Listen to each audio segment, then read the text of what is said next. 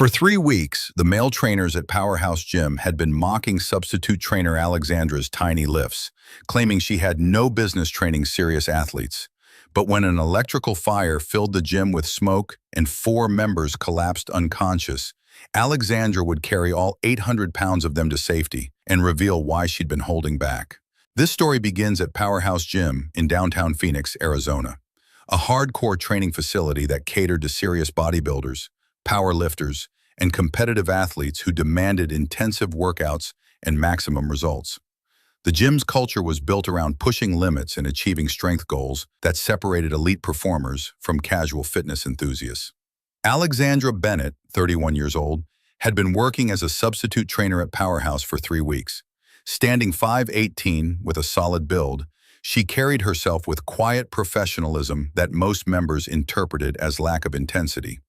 But what PowerHouse's staff didn't know was that Alexandra Bennett had dominated the strong woman competition circuit for 7 years before retiring. The gym's training staff was led by senior trainer Derek "Steel" Morrison, whose impressive physique and demanding training methods commanded respect from members. Derek's philosophy emphasized aggressive progression and maximum effort in every session. Derek viewed Alexandra as inadequate from her first day. Her training methods emphasized proper form over maximum weight, contradicting his belief that effective training required constant, aggressive coaching. "Bennett," Derek announced during the morning staff briefing, his voice carrying across the gym where early members were beginning their workouts. "I've been observing your training sessions, and frankly, your lifting demonstrations are embarrassing."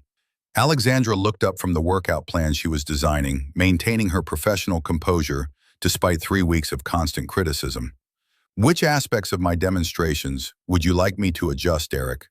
"The problem isn't technique," Derek replied with the condescending tone he used when establishing dominance in front of other trainers. "The problem is that your lifts are so light that members question whether you understand serious training. PowerHouse has a reputation for producing real strength, not demonstrating beginner workouts." This had been Derek's consistent theme since Alexandra's arrival. Her deadlifts used modest weights, her bench press demonstrations appeared conservative, and her squat technique emphasized control rather than impressive loading. "Derek," Alexandra replied calmly, "my clients are achieving their strength goals safely while learning proper movement patterns. Isn't that more important than demonstration lifts that serve no training purpose?" Derek laughed with theatrical dismissal, designed to humiliate her in front of colleagues and gym members. "Bennett, look around this gym. These are serious athletes who need to see that their trainer can perform at elite levels. Your tiny lifts undermine everything PowerHouse represents." Alexandra's training approach was producing exceptional results for clients who appreciated technical precision. But Derek's definition of trainer credibility was limited to impressive displays that satisfied people who confused demonstration lifting with coaching competence. "You belong in some suburban fitness center teaching middle-aged housewives," Derek continued, gesturing toward the powerlifters, who were loading barbells with weights that impressed casual observers. "Real trainers need to demonstrate real strength." Alexandra had endured 3 weeks of mockery while maintaining her professionalism and continuing to help clients achieve breakthrough results through methods that prioritize safety over dramatic demonstrations. The breaking point came during Thursday's peak training hours. Derek was conducting a training session with bodybuilder Carlos Rivera when his need to prove a point led to a demonstration that would expose Alexandra's true capabilities. "Bennett, I want you to watch this," Derek called out while loading a barbell with 405 pounds for a deadlift intended to show the difference between real trainer strength and her conservative approach. "This is what serious lifting looks like." Alexandra observed Derek's setup with professional assessment. His form was adequate, his weight selection was within his demonstrated capacity, but his motivation was ego-driven rather than training-focused. The massive electrical system that powered PowerHouse's equipment had been installed by contractors who violated safety codes. The system created fire hazards that management had been ignoring for months. Derek completed his deadlift successfully, celebrating with a kind of theatrical display designed to emphasize the contrast between his performance and Alexandra's conservative demonstrations.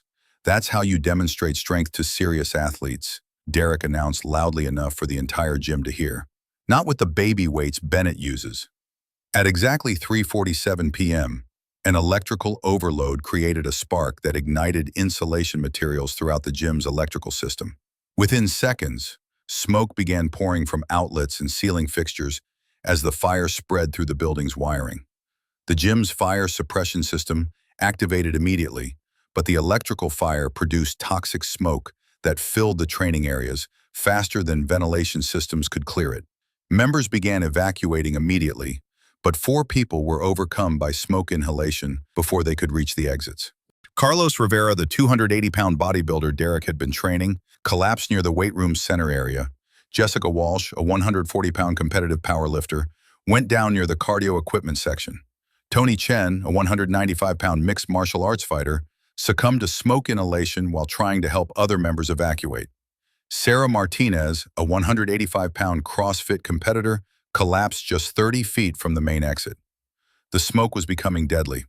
Emergency services were en route, but the 4 unconscious members would suffer permanent brain damage or death if they weren't removed from the toxic environment immediately. Alexandra looked at the situation with tactical assessment skills developed through years of competition where split-second decisions determined success or failure. 4 unconscious people, total weight approximately 800 pounds, scattered across a gym floor filled with smoke that was becoming more dangerous every second. Derek was helping coordinate the evacuation of conscious members, shouting instructions, and trying to account for everyone who had been in the facility when the fire started. "Emergency services are 5 minutes out," Derek called across the gym. "Everyone stay low and move toward the exits." Alexandra made a decision that would reveal everything she had been hiding for 3 weeks. She walked calmly to Carlos Rivera first, all 280 pounds of him. Derek watched in amazement as Alexandra positioned herself properly, lifted the massive bodybuilder into a fireman's carry, and moved toward the exit with controlled, powerful steps that showed no visible strain. "Bennett, what are you doing?" Derek shouted through the smoke. Alexandra didn't respond.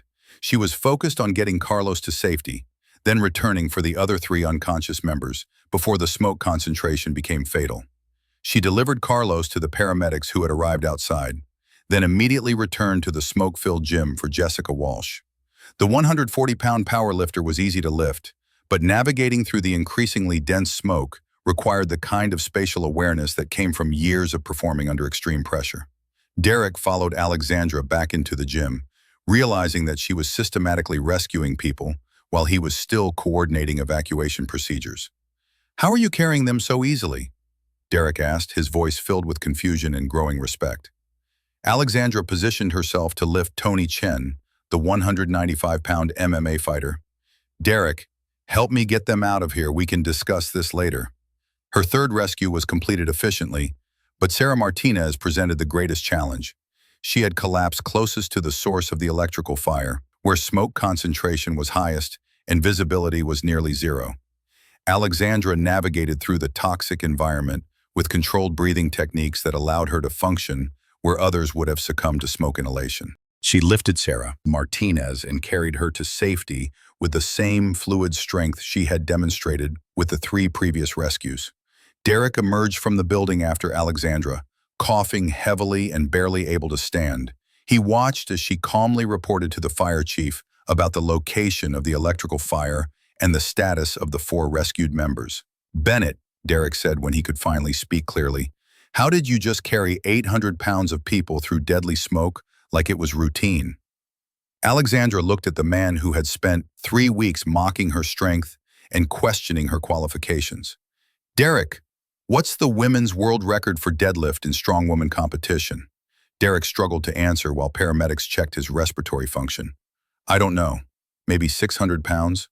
742 pounds, Alexandra corrected. "I held that record for 4 years.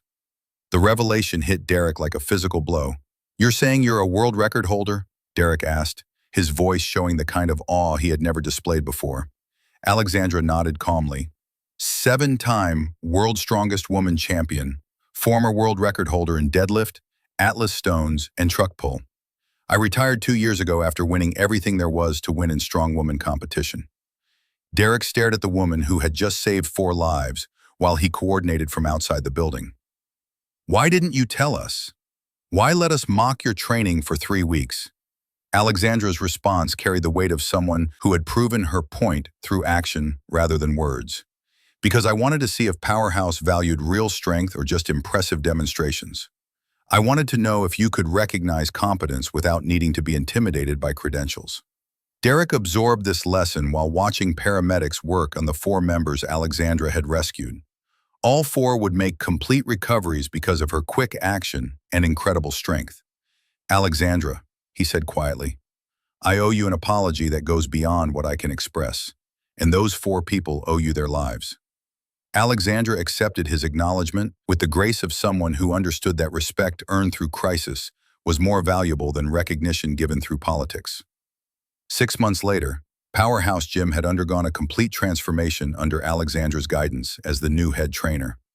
Her evidence-based training methods and emphasis on functional strength attracted serious athletes from across the region, while her leadership philosophy created a culture of mutual support rather than ego-driven competition.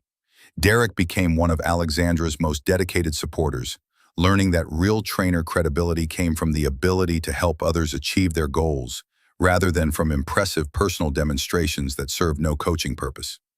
They installed a memorial plaque near the entrance. True strength serves others when they need it most.